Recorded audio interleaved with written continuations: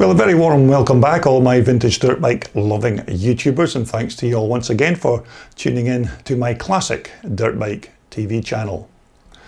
Now, there's a bit of good news to announce. It seems that the Scottish Government has now said that we may be able to travel in about a month's time at the end of April, and that's good news for me with regards to getting out there and bringing you some more classic dirt bikes. So fingers crossed that actually happens. Okay, coming up in this next video, it's the latest collection of bikes from the Paddock, and this of course will be volume 7, so I do hope you enjoy this variation of bikes that I've collected for this latest video. So without any further delay, let's just jump straight into our first machine. And okay, first up it's Callum Kilgour's 1980 Yamaha YZ250, and this bike of Callum's is a quite good example of one of these fantastic machines from the early 1980s. Now, I don't think that these 250s were just as popular as its bigger brother, the YZ465, which was certainly the bike to have for that year, although these 250s maybe never had the grunt of its bigger brother, but as a good club racer's bike, these had a good engine, they had good suspension, and were very flickable if you wanted to throw them around the racetrack. And of course this was just one of the YZ models that Yamaha had on offer for 1980, because in that year they had a bike for almost all age groups and abilities, from the little YZ250 right up to the big open class YZ465 bike, which is still regarded as one of the best bikes that Yamaha ever made. But the entire package here was simply awesome straight from the crate, and if you tweaked the suspension and tuned up that two-stroke reed valve motor and put a good rider in the saddle, you could certainly give a larger capacity bikes a run for their money on the racetrack. Okay, next up we're going to take a quick look at my late pal and dear friend Ian Robertson's little Can-Am two-stroke racer. Now, we sadly lost Ian back in 2019, and this little Can-Am is just one of the bikes that Ian raced at vintage and classic scrambles events. But this was a very quick machine in its day, well, when Ian was riding it of course, and again, these were very popular race bikes with riders, but they're maybe not as common to see here in the UK, but in Europe and in the USA, these Can-Ams had a very good reputation for being quick and reliable. Now, these Can-Ams were powered by the Austrian-built Rotax two-stroke motor, who were at the time owned by the Canadian Bombardier company, hence their logo stamped on the engine casings. Now, this two-stroke motor was fed its fuel by a disc valve induction system, which sucked its fuel directly into the left side of the crankcase. Now, this was a well-proven system and was also used on a few small Japanese road bikes of the late 1970s and early 80s, but it certainly was a unique system and appeared to work extremely well. Now, I'm not entirely sure of the year of Ian's machine here, but it certainly looks like a 1975 250, although again I stand to be corrected on that fact as always. But it's good to take a look at his bike once again and relive some memories of Ian ripping around the track on this little Can-Am racer. Okay, next up it's the turn of Ian Ridley's lovely BSA Victor, which is just one of the huge collection of motorcycles that Ian has stashed away in his Aladdin's cave of old race bikes. Now, as you can see, Ian spares absolutely no expense when it comes to his classic dirt bikes, and every machine that he brings to these race events is always immaculately turned out. But of course, this beautiful bike could be immediately entered into a concourse judging best bike contest, and it would probably win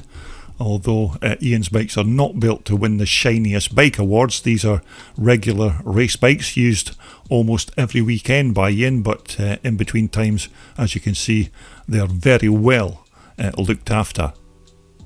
Now, Ian's bike is powered by the BSA 441 4-stroke motor, pretty much a similar engine that Alan Clues put to good use when he built his CCM bikes back in the day, using the bigger, of course, B50 power plant.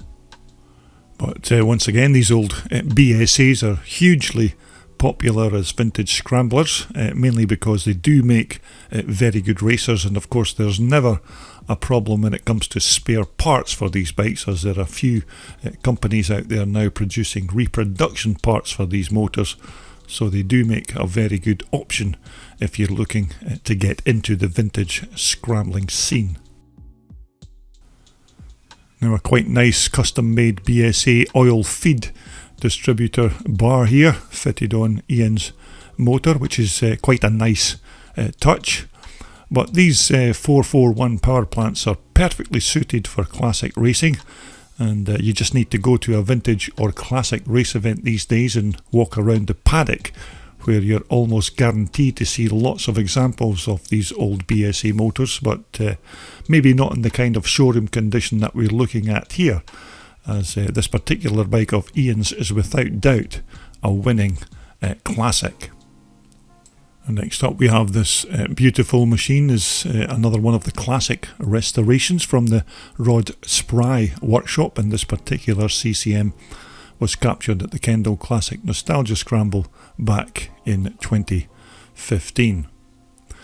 Now, Rod Spry, as you know, has a very good reputation for restoring these kind of classic dirt bikes, and his completed machines are sold all over the globe.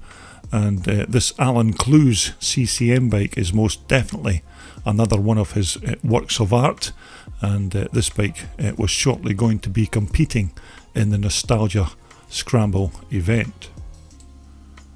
Now, these CCMs, or Clues competition machines, were powered by the legendary B50 BSA motors that Alan Clues had fitted into almost all of his race bikes during the 1970s, and although it was a pretty mundane motor when it was used by BSA, Alan Clues then took the development of the engine further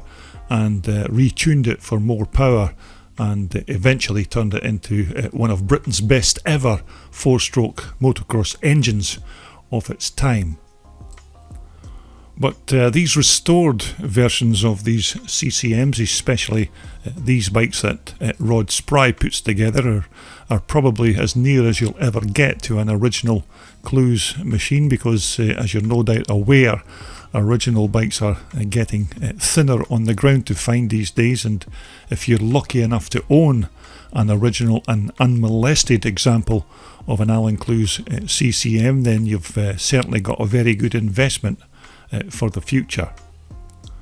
But once again, these fully restored bikes are also not cheap to build, mainly because of the work and the costs that go into putting them together, as most of the time original CCM parts are used whenever possible, although there are a few manufacturers out there now making reproduction parts for these machines, so that's quite a good thing in terms of keeping more of these CCM bikes on the track. But for me, personally speaking, there's certainly something special about these Alan Clues CCM bikes, because no matter what angle you view the bike from, it always seems to look just right. And in terms of the performance on the track, well, of course that speaks for itself, because if you were lucky enough to watch the likes of the CCM legends like Bob Wright, Jimmy Aird, Norman Barrow, and many others who rode for the Clues factory back in the day, then you'll know just how quick these bikes were. And of course it was Bob Wright who brought CCM their first ever race victory back in 1973 at a scramble in Glastonbury in Somerset, when he was battling with another scrambling legend called Badger Goss. But it was an epic race that Alan Clues celebrated by treating his team to a slap-up meal on the way home from that event. Okay, just to finish off this Volume 7 Bikes from the Paddock video, we are going to take a look at this 1977 Montesa Capra VB 125 twin shocker. Now, whether this is a brand new bike or even a restoration, I'm not entirely sure, but it's a lovely example of one of these Montesa 125s. But back in the 1970s, scrambling, as it was known then, was extremely popular, and European bikes and their manufacturers were selling good quantities of machines to satisfy the demand for off-road racing bikes. But of course, there was also a big influx of youngsters wanting to try their hand at the sport, and these smaller 125 bikes were aimed specifically at the younger fraternity, as the manufacturers were of the thinking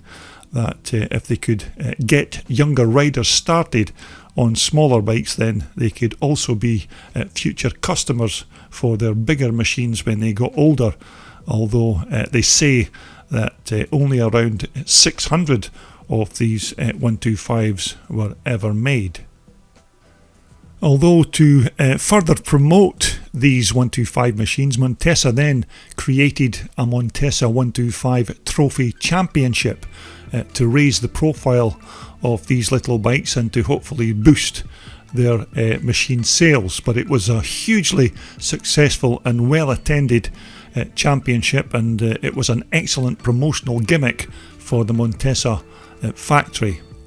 But this particular bike is a lovely example of one of these schoolboy racers, although I don't think it's 100% original, but nonetheless a bike I'm sure that anyone would love to have in their workshop or garage. But at the time of grabbing these video clips, the bike wasn't offered for sale, and it was almost definitely put on display for show purposes, as it certainly didn't take part in the Nostalgia Scramble event that it was attending. But it was certainly getting a lot of attention from passers-by in the paddock, and I'm sure the owner had a couple of offers from interested parties on the day who wanted to take the bike home with them. Although, mind you, it's still a very rare bike indeed, because very few Montesas are used as race bikes at classic scrambles these days, but you do come across the odd 414 Capra or maybe a 250 version of this bike, but I have to admit that this is the first Capra 125 that I've seen for a very long time. So this bike's owner certainly has a nice piece of motocross history here in this lovely 125, and I'm sure he'll be wanting to hold on to it, considering how few of them were actually made. But that's the thing about attending these classic and vintage scrambles events, because right around the very next corner could be that very rare bike that you've always dreamed about. Well, I do hope you enjoyed that latest collection of bikes from the Paddock for Volume 7. Now, I do have many more of these bikes in my video archives, but hopefully in the coming months we will be able to travel, and I'll get out and about and bring you some brand new